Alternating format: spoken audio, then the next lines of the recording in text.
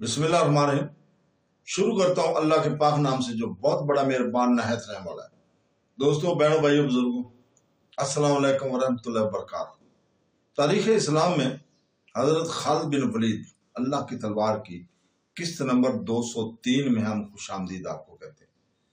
دوستوں، بہنوں، بھائیوں، بزرگوں، کل ہم داستان کے اس حصے پر پہنچے تھے جب بیت المقدس فتح ہو چکا تھا۔ حضرت عمر بن خطاب امیر المومنین رضی اللہ تعالیٰ عنہ وہاں پہ پہنچ چکے تھے اور معاہدہ دستخط ہو چکے تھے، اور اس کے فوراً بعد امیر المومنین رضی اللہ تعالیٰ عنہ نے ابو عبیدہ اور حضرت خالد بن ولید کو حکم دیا کہ وہ اپنے دستوں کے ساتھ شام کے شمالی علاقوں میں چلے جائیں، جہاں کچھ جگہوں پر رومی ابھی تک قلعہ بند تھے۔ جاسوسوں نے اطلاع دی تھی کہ شہنشاہ ہرقل شام کی سرحد سے تو نکل گیا ہے، لیکن اس کی جو فوج ابھی شام میں موجود ہے اس کے لیے ہرقل کم اختیار کر رہا ہے۔ امیر المومنین حضرت عمر رضی اللہ تعالیٰ عنہ عمرو بن عاص اور شجیل بن حسنہ کو ساتھ لے کر بیت المقدس میں داخل ہوئے۔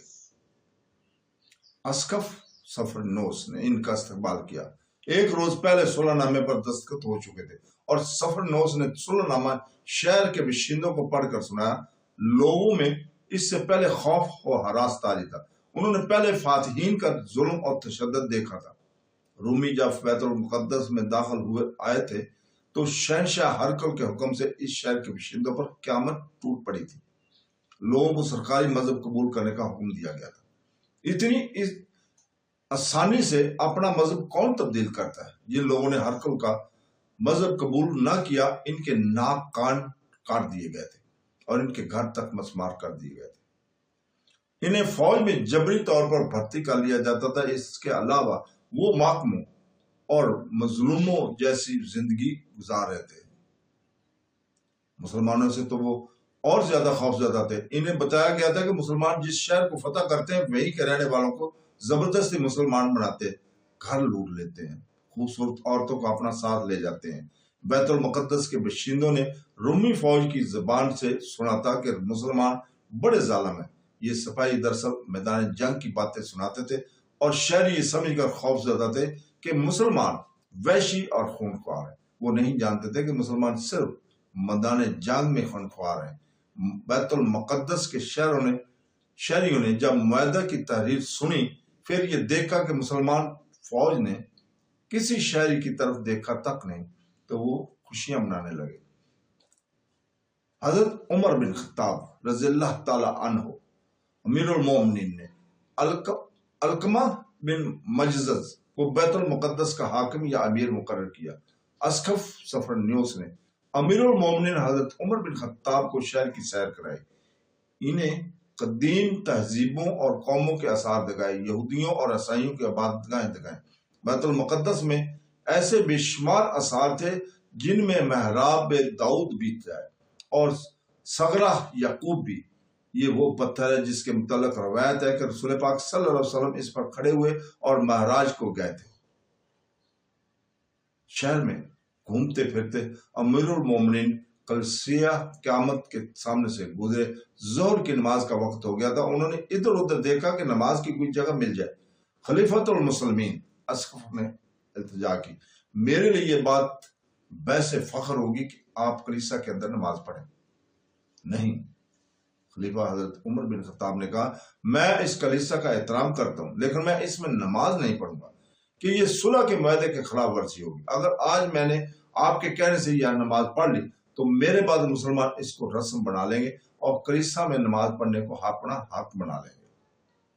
کلیسائے قیامت وہ جگہ ہے جہاں حضرت عیسیٰ علیہ السلام کو مصلوب کیا گیا تھا۔ یہاں یہ کلیسا تعمیر کیا گیا تھا۔ اس سے آگے کلیسائے قسطنطین ہے۔ اسقف نے اس کے دروازے میں مسلح بچھا دیے، لیکن امیر المومنین حضرت عمر بن خطاب نے وہاں بھی نماز نہ پڑھی۔ انہوں نے نماز مسجد اقصی میں پڑھی۔ محترم اسقف امیر المومنین حضرت عمر بن خطاب نے سفر نیوس سے پوچھا، رومی آپ کا ساتھ کیوں چھوڑ گئے؟ ان کا سلار اتربو کہاں گیا؟ سنا تھا وہ ہرقل کا ہم پلہ ہے، بھاگ گیا ہے۔ سفر نیوس نے جواب دیا کہ بھاگ گیا، کوئی شک نہیں کہ وہ ہرقل کا ہم پلہ تھا۔ اس نے آپ کو شکست دینے کے بڑے اچھے منصوبے بنائے تھے۔ اس نے کسیاریہ کے سلار کو آپ کی فوج سے مقابلے کے لیے تیار کیا تھا، لیکن آپ کے سلاروں کی چال نے اتربون کے منصوبے تباہ کر دیے۔ اس سے پہلے وہ آپ کی فوج کے مقابلے میں نہیں آیا۔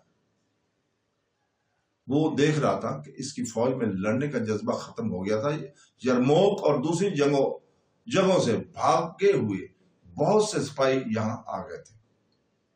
انہوں نے یہاں کی فوج کو ایسی باتیں سنائی جن سے سب کا حوصلہ بری طرح متاثر ہوا تھا۔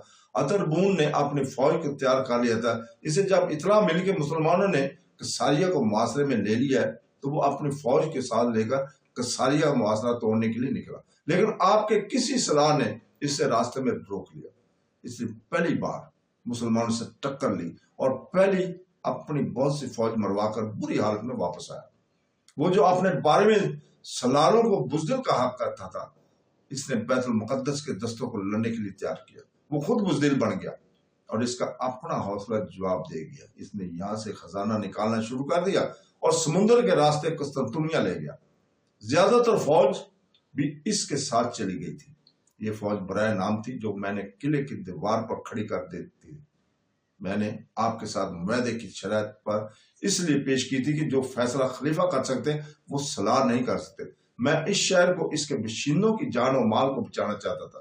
اسقف سفرنوس نے حضرت عمر بن خطاب کو یہ نہ بتایا کہ اتربون اور سفرنوس نے مل کر نہ صرف بیت المقدس سے خزانہ نکالا تھا بلکہ گرجوں کے سونے اور چاندی کے بیش قیمت ضرور بھی نکلوا دیے تھے۔ ان میں صلیب اعظم بھی تھی۔ سفرنوس نے امیر المومنین کو مدینہ سے اس لیے بلوایا تھا کہ وہ خزانہ ضرور رومی فوج اور اس کا مال اور اموال نکالنے کے لیے وقت حاصل کرنا چاہتا تھا۔ جتنے وقت میں امیر المومنین پہنچے تھے اتنے وقت میں بیت المقدس سے وہ سب کچھ نکال کر لے گئے تھے۔ وہ سفرنوس اور اتربون نکالنا چاہتے تھے۔